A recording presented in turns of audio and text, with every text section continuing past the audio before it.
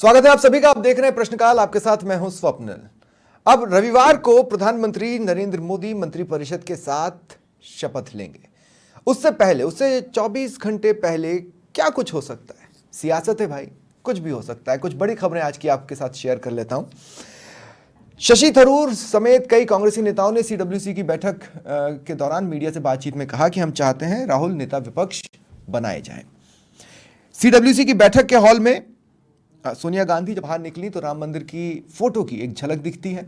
अब ये झलक दिखाई गई या सचमुच इसका कोई एक होली पर्पस हो सकता है, ये सोचने की बात है।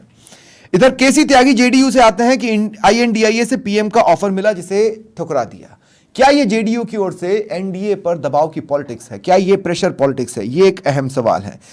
एक और बात जयराम रमेश ने आज की है कांग्रेस की ओर से। जब वो पीसी कर रहे थे, उनका ये कहना था कि शपथ ग्रहण का इनविटेशन नहीं आया, आएगा तो विचार करेंगे। ये तमाम घटनाएं आपको लग सकता है कि अलग अलग हैं, लेकिन मिलकर दोनों ही धड़ों की एक निश्चित दिशा की ओर जाने का इशारा जरूर कर रही हैं, जिस पर हम चर्चा करेंगे। मेरे साथ बीजेपी प्रवक्ता शैलेंद्र सिंह गुर्जर मौजूद हैं और रवि सिकदार साहब, प्रवक्ता हैं कांग्रेस के। बहुत बहुत स्वागत है आप दोनों का। मैं सबसे पहले एक बेसिक पॉइंट पे ही आ जाता हूं, इनविटेशन वाले पॉइंट पे। रवि जी, आपसे मेरा सवाल है, शपथ ग्रहण का इनविटेशन नहीं आया, आएगा तो विचार करेंगे। विचार क्या करेंगे? सरकार बन रही है देश की, जाना ही है, उसमें विचार क्या करना है? मतलब मैं समझ नहीं पाया इसका मकसद। देखिए स्वप्निल जी, सबसे पहले तो मैं आपके चैनल के माध्यम से देश और प्रदेश की जनता का बहुत बहुत आभार और धन्यवाद व्यक्त करता हूं कि आज देश में इंडिया अलायंस को इतना मजबूत रखा और एनडीए, खास करके नरेंद्र मोदी जी, क्योंकि एनडीए बीजेपी सिर्फ और सिर्फ मोदी जी हुआ करते थे। आज उनको जो फ्रंट सीट पर बैठ के ड्राइविंग किया करते थे देश के लिए, आज वो एक, जिसको हम कह सकते हैं, टेम्पो के डाले में बैठ गए हैं जाकर के। तो जो आज ये जनादेश जनता ने दिया, उसके लिए बहुत बहुत धन्यवाद, क्योंकि तानाशाह का यही हश्र होना लाजमी होता है। अब बात करते हैं उसी रास्ते पर, अब बता दूंगा कैसे। खैर, अब बात करते हैं कि अपने निमंत्रण की। तो मैं बता देना चाहूंगा कि निमंत्रण किस चीज का, क्योंकि शपथ ग्रहण समारोह, देखिए वही तो, शपथ ले कौन रहा है? जिसको देश ने नकारा, जिसको देश ने बीजेपी खारिज कर दिया। स्वप्निल जी, कंप्लीट मैजिकल नंबर नहीं दिए जी, वही तो मैं कह रहा हूँ। मनमोहन सिंह ने भी तो शपथ ली थी, नैतिकता की हार हुई है। मनमोहन सिंह ने भी तो शपथ ली थी 2009 में, तब तो 206 या 207 ही थे आप। स्वप्निल जी, एक तो जनादेश है ना, और एक टोटली सब कुछ अपने अधीन करते हुए, अपने आप को आगे रखते हुए, साथ ही सीट पर रहते हुए, जहां पर 4 लाख के अंतर से आप जीतते हैं। क्या इतिहास के पन्नों में ये दर्ज नहीं होगा? क्या इतिहास के पन्नों में ये दर्ज नहीं होगा कि एनडीए सरकार बनी और उसका शपथ ग्रहण समारोह है? होगा ना। देश की सरकार बन रही है, चाहे जिस नंबर्स के साथ बन रही है, बन रही है। इन्विटेशन आएगा तो विचार क्यों करेंगे? मैं आपकी सारी बातों से सहमत हूं, लेकिन जिसको जनता ने नकार दिया, जहां नैतिकता की हार हो गई, जहां पर पूरी तरीके से एक बोलते ना कि बिल्कुल पीछे रख के बिठा दिया गया, उसका मानते कि प्रधानमंत्री जी शपथ लेंगे, क्योंकि उनके पास नंबर्स हैं, उनके घटक दलों के साथ मिलकर वो सरकार बना रहे हैं। हमारी शुभकामनाएं। और सिंगल लार्जेस्ट पार्टी भी है, जैसे 2009 में आप थे, 2004 में आप थे जी। लेकिन आज आप देखिए ना, जो विश्व की सबसे बड़ी पार्टी अपने आप को बताते हैं, वो कहीं पर वो बात एक तरफ, विचार क्या करना है? सरकार शपथ ले रही है, जाना है, इसमें क्या विचार करना है? वो अगर हमारी आला कमान जो भी हैं, और आला कमान ने जो तय किया है वो होगा, क्योंकि आप राम मंदिर का इनविटेशन और सरकार का शपथ ग्रहण एक समान मान रहे हैं क्या? देखिए राम मंदिर से और मेरे आराध्य राम से तो आप इनको जोड़िए ही मत, ठीक है? क्योंकि मेरे आराध्य राम को तो इन्होंने जिस तरीके से राजनीति में उपयोग किया, मेरे आराध्य राम ने तो इनको अपने आप इनका श्राप देकर हश्र दिखा दिया है कि मुझे तुमने राजनीति में लाकर और अयोध्या जैसी पवित्र नगरी। और इसीलिए सीडब्ल्यूसी की बैठक के हॉल में राम मंदिर का फोटो लगा। अब आपके लिए भी राम वापस आए। देखिए, राम मंदिर और श्री राम हमारे आराध्य हैं, ठीक है? हमारे रग रग में हमारे राम बसे हुए हैं। कितनी सीडब्ल्यूसी की बैठक में फोटो लगाया आपने आज तक? पहला मैं क्या रहा हूं, फोटो को और नाम को उपयोग में लेने वाले लोग अलग हैं। हम वास्तविकता में हमारे रग रग में, हमारे खून के कण कण में आराध्य हमारे राम बसते हैं। ठीक है, बात हम कर रहे थे मुद्दे पे। हाँ, नहीं, मुद्दे पर आपने जो शुरुआत में सबसे पहले आपने जो बीजेपी के लिए जो वाक्य का इस्तेमाल किया, मैं उसी पर आना चाहता हूं। आज सीडब्ल्यूसी की बैठक में इस बात पर चर्चा हुई है कि क्या दिल्ली हरियाणा में आम आदमी पार्टी से गठबंधन तोड़ लिया जाए विधानसभा चुनावों के लिए? ये भी तो गजब का साथ है। स्वप्निल जी, ये चीजें पूर्व में भी थी। आपको पता है कि हम लोकसभा चुनाव में साथ रहकर चुनाव लड़ेंगे, और ये देखिए आज सीडब्ल्यूसी की आप बात करें तो ये सीडब्ल्यूसी तय कर रही है, जो भी तय करना होगा वो मान्य होगा और उसके आधार पर काम किया जाएगा। ठीक है, ठीक है। शैलेंद्र भाई, क्या सफर रहा है आपका? सबका साथ सबका विकास से सबका साथ और सबकी आस पर आप पहुंच चुके हैं।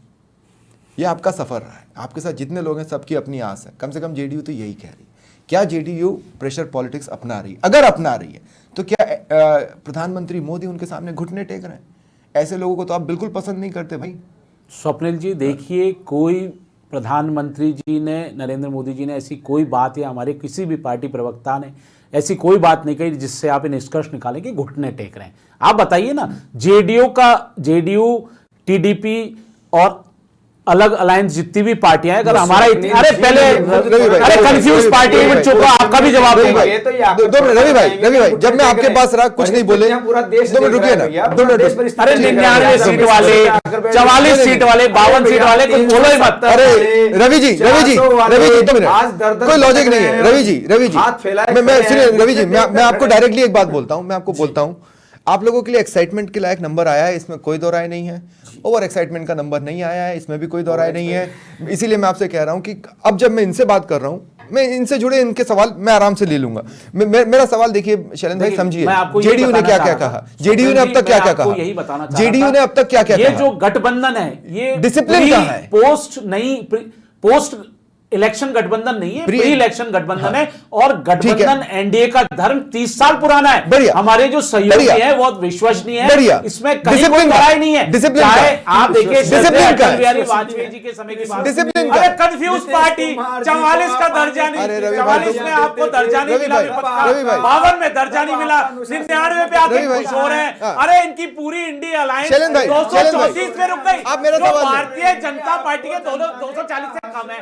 ये कंफ्यूज पार्टी, खुद के विरोधाभासी, ये इन्होंने जो माननीय प्रधानमंत्री नरेंद्र मोदी जी का गरीब उत्थान विकास का जो रथ रोकने की कोशिश की, आज ये इनके राहुल बाबा, अरे राहुल बाबा भाग रहे, विपक्ष का दर्जा नहीं था, हम कहते थे विपक्ष का दर्जा दे दो, आज दे रहे हैं तो लेने को तैयार नहीं। ये किस तरह की कंफ्यूज पार्टी है? रवि सिकदार साहब प्लीज, प्रभु श्री राम के दर्शन करने न राहुल बाबा गए, न सोनिया गांधी गई, न खड़गे गए। ये कहते हैं हमारे रग रग में, आज वो तस्वीर लगा रहे हैं। ये निमंत्रण को अस्वीकार कर दिया, ये लोकतंत्र को खतरे में चुनाव आयोग रवि साहब रुक जाइए,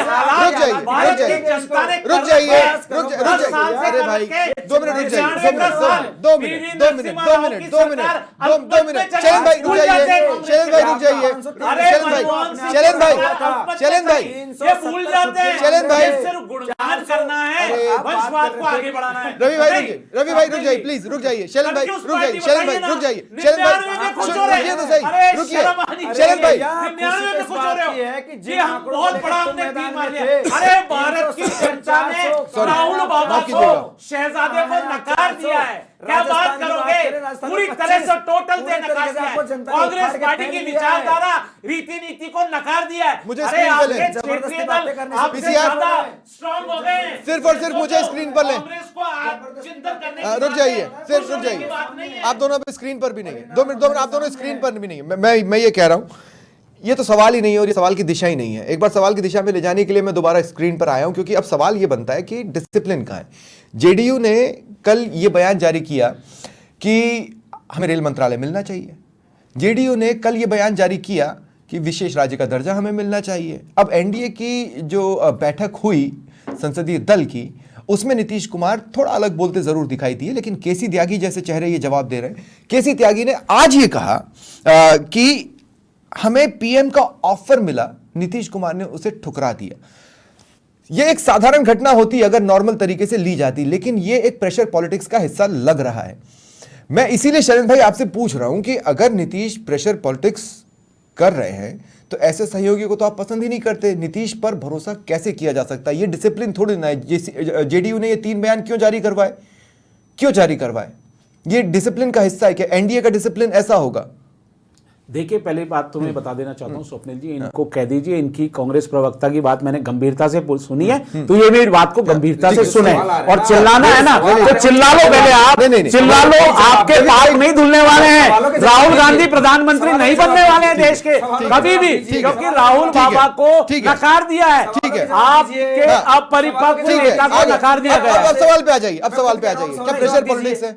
क्या प्रेशर पॉलिटिक्स हो रही है? क्योंकि सबका साथ तो है लेकिन सबकी आस भी है। मैंने आपको बताया ना, कोई प्रेशर पॉलिटिक्स नहीं है। एनडीए गठबंधन जो धर्म है उसको पूरा निभाया जाएगा, क्योंकि मैंने आपको बताया हमारा इतिहास अभी का नहीं है, प्री इलेक्शन अलायंस है, और 30 साल का हमारा इतिहास है गठबंधन का। ठीक है, आप ये भूल जाइए। अब एक बात बताइए, जहां कांग्रेस पार्टी और इनकी अलायंस, इंडिया अलायंस, नीतीश बाबू जिसके रचनाकार थे, एन निकल गया, इंडी बच गया, और इंडी शैलेंद्र भाई सवाल सुनिए, सीटें आई है ना, सवाल तो सुनिए, ज्यादा भारतीय जनता पार्टी की सीटें आई हैं। अब मेरी बात सुनिए, एक सवाल, रवि जी बीच में मत बोलिए। शैलेंद्र भाई मेरी बात सुनिए, मेरी बात सुनिए। आपका जो कॉमन मिनिमम प्रोग्राम है, आपका जो कॉमन मिनिमम प्रोग्राम है, वो तो देश के लिए बनेगा, वो विधानसभा के लिए तो बनेगा नहीं। टीडीपी का जो प्रोग्राम है वो उसके मैनिफेस्टो पर चलेगा आंध्र प्रदेश में, जिसमें 4% मुस्लिम आरक्षण की बात है। ठीक है, कभी ना कभी वो उस पर कदम बढ़ाने की सोच सकते हैं। आपका स्टैंड एकदम क्लियर है कि मुस्लिम आरक्षण पॉसिबल नहीं है, संविधान के हिसाब से नहीं होने देंगे। क्या अगर टीडीपी ऐसा कदम उठाएगी तो बीजेपी ये हिम्मत दिखा पाएगी कि वो वहां सड़कों पर उतरे और टीडीपी के खिलाफ आवाज लगाए, नारे लगाए? स्वप्निल जी देखिए, जो संविधान जिस की अनुमति नहीं देता, टीडीपी संविधान विरुद्ध वादा कर रही है। आप देखिए, टीडीपी ने संविधान विरुद्ध वादा किया है। चलेगा। माननीय प्रधानमंत्री नरेंद्र मोदी जी ने आते ही किस तरह से संविधान को माथे पे लगाया कि टीडीपी ने संविधान विरुद्ध वादा किया है। टीडीपी ने संविधान के विरुद्ध वादा किया है, 4% मुस्लिम आरक्षण किया है। देखिए, वो आपके साथ टीडीपी ने जो वादा किया है, अगर वो न्याय संगत, कानून संगत, संविधान संगत होगा तभी स्वीकार्य होगा। नहीं हुआ, दूसरी बात, हमारा मिनिमम नहीं हुआ तो नहीं हुआ तो कॉमन प्रोग्राम बनेगा, मिनिमम कॉमन प्रोग्राम बनेगा, और ये 5 साल चलेगी। आप देखिए, हमारा फोकस है गुड गवर्नेंस, जो विकास का रथ चालू था, और इंडिया अलायंस ने मिलकर। अब मैं ये बोलता हूँ प्रधानमंत्री नरेंद्र मोदी जी के बीजेपी के विकास के रथ को रोकने का काम किया।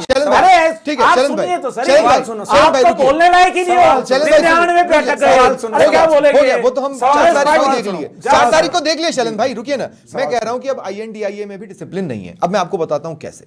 मैं आपको ऐसे बताता हूं कि आम आदमी पार्टी की ओर से यह बयान जारी किया गया कि पंजाब में हमारा अलायंस नहीं होगा विधानसभा चुनावों में। उसके बाद आज CWC में इस बात पर चर्चा हुई कि दिल्ली और हरियाणा के विधानसभा चुनावों के लिए हम गठबंधन तोड़ लें।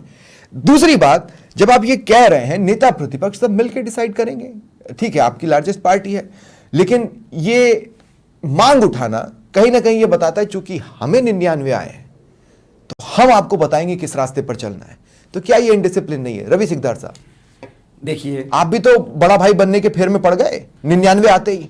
स्वप्निल जी, हाँ, विपक्ष की भूमिका आप आज से नहीं, विगत 10 सालों से भी आप देख सकते हैं कि जिस प्रकार से सड़कों पर संघर्ष किया जा रहा है। दर्जा तो मिला, जिस 10 सालों से देख रहे हैं। अरे भैया, दर्जा तो ले लेते हैं, हमारे पास थी, सड़कें हमारे पास थी। मत कीजिए शैलेंद्र भाई, रुकिए। दर्जा सड़कों से शुरू होता है। अगर आपको समझ है तो विपक्ष सड़कों से शुरू होती है, और वो हमारे पास थी, और उस धर्म को हमने पूरे 10 साल तक नहीं। सड़कों पर सबसे ज्यादा समाजवादी पार्टी थी, सड़कों पर सबसे ज्यादा तेजस्वी की पार्टी थी। सड़कों पर आप कहां थे? कितना थे? नहीं थे, कहां थे?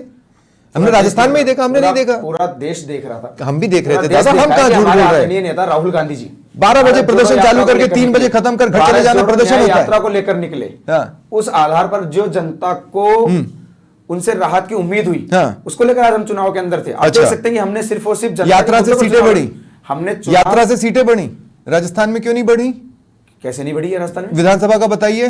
देखिए, या फिर आप कहेंगे कि राहुल का करिश्मा लोकसभा में विधानसभा में नहीं है, ये क्या तर्क हुआ दादा? ये कौन सा फॉर्मूला है? देखिए, राहुल गांधी जी और मोदी जी ये आमने सामने थे, और ये संसद में है, ये संसद में नहीं। आप आज देख लीजिए, नहीं कहां थे राहुल? नहीं, ये तो टेक्निकली गलत है, टेक्निकली गलत है, टेक्निकली गलत है, टेक्निकली गलत है, टेक्निकली गलत है। नहीं, शैलेंद्र जी रुक जाइए। उत्तर प्रदेश में रवि जी टेक्निकली गलत है, मैं बताता हूं कैसे गलत है। कौन था INDIA का नेता? किसको आपने फेस बनाया? तो मोदी और राहुल कैसे आमने सामने हुए? मैं और क्या कह रहा हूं आपसे कि हमारा पूरा गठबंधन एक साथ चुनाव लड़ने के लिए मैदान के ऊपर। तो राहुल अकेले नहीं थे, राहुल भी थे, अखिलेश भी थे, तेजस्वी भी थे। अब ये मत बोलिए कि राहुल वर्सेस मोदी था। अच्छा, मैं अब आपसे मैं एक प्रश्न करता हूं। चलिए, हाँ पूछिए। जैसे आपने इंडिया अलायंस के साथियों का नाम विपक्षी लिखा, तो एनडीए गठबंधन भी तो हमारे सामने है। प्रधानमंत्री नीतीश कुमार जी को क्यों नहीं बना देते? क्यों बनाएंगे? उन्होंने तो लड़ाई मोदी के चेहरे पर। आप खुद बताइए। राहुल गांधी जी के चेहरे पे, भाई आप जब मनमोहन सिंह के चेहरे पर चुनाव लड़े तो मनमोहन सिंह ही प्रधानमंत्री बने ना। लड़ा गया था इंडिया गठबंधन के लिए। एनडीए के तो चेहरा ही प्रधानमंत्री मोदी थे। किसने अपोज किया था उनके चेहरे से? राहुल गांधी जी के नेतृत्व में चुनाव लड़ रहा था। किसने कहा था? किसने कहा? पूरा देश देख रहा है। सब अपना अपना मैनिफेस्टो जारी कर रहे थे। आप कह रहे हैं हम एक थे। सपा ने अपना मैनिफेस्टो जारी नहीं किया था। आपने अपना मैनिफेस्टो नहीं जारी किया था। उनके थे, उनके क्षेत्रीय मैनिफेस्टो थे। अरे पर नेशनल का, नेशन का चुनाव था। आदरणीय, मैं यही तो कह रहा हूं कि क्षेत्रीय मैनिफेस्टो को उठाकर हमने नेशनल लेवल पर उनके ऊपर काम करने के लिए चुनाव लड़ा है। उसके बाद क्या कहीं किसी भी एक भी बैठक में कहीं भी आपने ये अनाउंस किया था कि हम सारे आईएनडीए का चेहरा राहुल गांधी है? अब किसी बात कर रहे हैं? कहां अनाउंस हुआ था? देश देख रहा है कि आज का जो चुनाव लड़ा जा रहा है राहुल गांधी जी के नेतृत्व में लड़ा जा रहा है। आज आप बड़े भाई बन गए 99 के कारण। नहीं 303 में मोदी बड़े भाई बन जाए तो गलत है। 240 में सिंगल लार्जेस्ट पार्टी होने के बावजूद मोदी बड़े भाई बन जाए तो गलत है। 99 पर आप बड़े भाई बन रहे तो सही है। देखिए स्वप्निल जी, एक बात कहने का भी तो आशय देखिए आप। वहां पर ये कहा जा रहा था कि 370 तो मेरी रहेगी, 400 मेरी तरफ से मेरे साथियों की आएगी। तो यहाँ पर टोटली जनता ने नकारा। 99 आते ही हनुमान बेनीवाल ने कह दिया मेरा अपमान हुआ, जिस पर आज केसी वेणुगोपाल कह रहे हैं मेरी बात हो गई, अब सब ठीक है। हनुमान बेनीवाल जी वरिष्ठ नेता है, किसान नेता है, वो उन्होंने भी कुछ बोला है, हमारे केंद्रीय नेतृत्व में कुछ जवाब दे रहा है, तो वो उनके समझ की बात। आप बड़ा भाई नहीं बने ना अभी तक, तो राहुल अकेला चेहरा नहीं हो सकते। नहीं भाई, नहीं टेक्निकलिटी की बात थी। टेक्निकली की बात है कि जो आपने एनडीए में बड़े संगठन को प्रधानमंत्री जी के लिए रख दिया, ठीक है, जहां पर नैतिकता की हार हुई है, ठीक है, टोटली नैतिकता की हार हुई है, देश ने नकार दिया। मैं तो आपसे एक बात बताना चाहूंगा जी, बिल्कुल बारीक सी, ठीक है, जनता ने उनको नकारा है। इसका उदाहरण है, पिछली बार वो 4.5 लाख से वोट चुनाव जीत के आ रहे थे, इस बार 1.5 लाख पर हो रह गए। ठीक है, तो अब टोटली देखे ना कि वहां की जनता ने उनको नकार दिया है, और फिर भी वो शपथ लेने के लिए जा रहे हैं हमारे राहुल गांधी जी के लिए। अब आप बात करते हैं राहुल गांधी जी की, ठीक है, राहुल गांधी जी के लिए कहा कि भाग, ठीक है, ये हो गया। सुनिए, क्लियर है, बंदा 4 लाख हम भी समझते से जीत कर आए हैं, दोनों सीटों से जीत कर आए हैं। और वायनाड छोड़ने वाले करते थे तो वायनाड छोड़ने वाले जीत कर आए हैं। वायनाड छोड़ रहे की रायबरेली, ये केंद्रीय नेतृत्व तय करेगा। वो उस इलाके के साथ धोखा नहीं है उन्होंने। मैं भी फिर आपसे विश्वास दिलाता हूं, दोनों विधान लोकसभा क्षेत्रों से जहां से भी राहुल गांधी जी, मैं पूरा विश्वास दिलाता हूं वो छोड़ेंगे, उनकी आस्था और उनके विश्वास का हनन नहीं होगा। पूरी ईमानदारी के साथ उनको सेवक मिलेगा और उन्हीं की सेवा करने के लिए तत्पर रहे। और कम से कम दूसरी सीट पर जहां पर भी उपचुनाव होंगे राहुल गांधी की वजह से, मैं ये भी साफ कर दूं, वो उपचुनाव वहां पर पैसा खर्च जो होगा वो राहुल गांधी की वजह से होगा। और अगर उस चुनाव में अगर किसी ने ये मान लिया कि राहुल गांधी ने हमें धोखा दिया है और नतीजे उल्टे पड़ गए, तो वो राहुल के अगेंस्ट मैंडेट होगा कि नहीं होगा? देखिए, ये चुनाव और ये दोनों सीटें हमारे कर्तव्य की सीटें हैं। जनता हमें इतना प्यार करती, देखिए इसका मैं आपको टेक्निकल जवाब देता हूं। अमेठी के लिए कहा जाता था, अमेठी के लिए कहा जाता था, कार्यकर्ता जीत गए, मैंने तो अनाउंस किया। बस बात वही है कि पहले से भी बहुत कट्टर फाइटर है, से भी जो भी जीतेगा, ठीक, वो जनता का वफादार होगा। ठीक है, पूरा विश्वास के साथ मैं कह रहा हूं। अभी जो जीता वो वफादारी कहां निभाने वाला है? आपने ये कहा है, ठीक है, हाँ ठीक है, ये कहा है कि उनका धोखा हो जाए। शैलेंद्र भाई, अब आप एक बात सुनिए, मैं आपसे क्या कह रहा हूं। 2014 में आपके पास विनिंग नंबर्स थे, ठीक है, आपके केंद्रीय मंत्रिपरिषद में गैर भाजपाई कितने थे? 5, तब भी एनडीए था, ठीक। 2019 में आपकी सीटें 300 को क्रॉस कर चुकी थीं, तब गैर भाजपाई कितने थे? 2। आज आपके नंबर्स हैं 240। अब कितने गैर भाजपाई होंगे? और एकाएक 10 साल बाद कितने, अगर गैर भाजपाइयों की संख्या बढ़ी तो क्या सवाल नहीं बनेगा? ये सम्मान 2014-19 में क्यों नहीं हुआ जो इस बार हो जाएगा? 2014 से लेकर 2024 तक किसी भी हमारे एनडीए अलायंस ने कोई बात ऐसी बताई, रखी क्या जनता के सामने, या कोई नाराजगी व्यक्त की क्या? हम वो तो छोड़ के चले गए, एनडीए के साथ नहीं, वो तो छोड़ के चले गए। अरे तो जो गए चले गए, लेकिन जो हैं वो तो विश्वसनीयता के साथ नरेंद्र मोदी जी की टीडीपी छोड़ के चली गई थी 2018 में, कि सिद्धांत कार्यक्रमों पे अड़िग रहे। टीडीपी छोड़ के चली गई थी 2018 में, वापिस आ गई भाई, घर लौट के वापस अगर टीडीपी आ रही है तो एनडीए अलायंस ना, एनडीए अलायंस ही 31 साल में। अगर शिरोमणि अकाली दल क्यों नहीं आई? आरएलपी क्यों नहीं आई? निश्चित तौर पर विचारधारा, बिल्कुल वो उनके, देखिए एनडीए में जो भी पहले रहा घटक दल में, उसको इज्जत नहीं मिली? नहीं, कहाँ मिली? हमेशा 5 गैर भाजपाई, 2 गैर हमेशा इज्जत भाजपाई मिली, मंत्री परिषद। अरे रवि भाई, मैं पूछ रहा हूं दादा, क्या कर रहे हो आप? मैं ये कह रहा हूं 2014 में 5 गैर भाजपाई, 2019 में 2 गैर भाजपाई। अगर नंबर 272 के पार था तो इतने ही गैर भाजपाइयों को जगह मिली। नंबर 272 से कम आया है तो ज्यादा गैर भाजपाइयों की जगह ऑटोमेटिक कैसे बन गई? एकाएक ऐसा क्या बदला? अभी तो हालांकि मैं ये नहीं कह रहा हूं, हो सकता है आप 5 ही रखें, तब तो कोई सवाल नहीं है, लेकिन सुनने में तो ये आ रहा है कि 17-18 हो सकते हैं। अब ये सुनने में क्यों आ रहा है? भाजपा में कुछ तो बदला, नहीं तो नहीं आता। ये एनडीए गठबंधन के जितने भी राजनीतिक दल हैं, उन सब ने बैठकर किस तरह से संसदीय दल में उनके नेताओं ने माननीय नरेंद्र मोदी जी में विश्वास किया है, Bharatiya Janata Party as a big brother विश्वास किया है। सुनिए सर, बराबर सवाल, बराबर बात है। और आप देखिएगा नीतीश ये ने क्या कहा? गठबंधन 5 साल चलेगा और ये हिंदुस्तान की राजनीतिक मैं बताता हूं, बड़ा घटनाक्रम होगा राजनीतिक इतिहास में कि मैं आपको बताता हूं जर्क्स कहां आने वाले हैं। मैं आपको बताता हूं जर्क्स कहां आने वाले हैं। प्रधानमंत्री बनने जा रहे हैं, एनडीए की सरकार बनने जा रही है। जो अब सुनिए, जवाहरलाल नेहरू आपको जर्क्स कहां से आ रहे हैं मैं बताता हूं। पहला जर्क तो तब आएगा जब टीडीपी अपनी मैनिफेस्टो पर वर्क करना चालू करेगी, पहला जर्क। दूसरा जर्क कब आएगा? नीतीश कुमार को कल आपने एनडीए की मीटिंग में सुना, उन्होंने कहा कि अब हमें उम्मीद है कि बिहार को भी मिलेगा। क्यों उन्हें पहले उम्मीद क्यों नहीं थी कि बिहार को मिलेगा? जर्क आएंगे ज्यादा। नीतीश कुछ तो पका रहे हैं, आप उस पर बहुत नजर रखने होगा। स्वप्निल जी, आज तो मैं नहीं बता सकता कोई भी निर्णय। जब सरकार का गठन हो जाएगा, कैबिनेट बन जाएगी, मंत्रिमंडल का गठन हो जाएगा, उसके बाद कोई निर्णय होगा। लेकिन आज आप जो कयास लगा रहे हैं वो कयास बेमानी है, क्योंकि नीतीश कुमार जी ने भी, देखिए नीतीश कुमार जी ने भी अपना समर्थन पूरा दे दिया है नरेंद्र मोदी जी ने भारतीय जनता पार्टी में।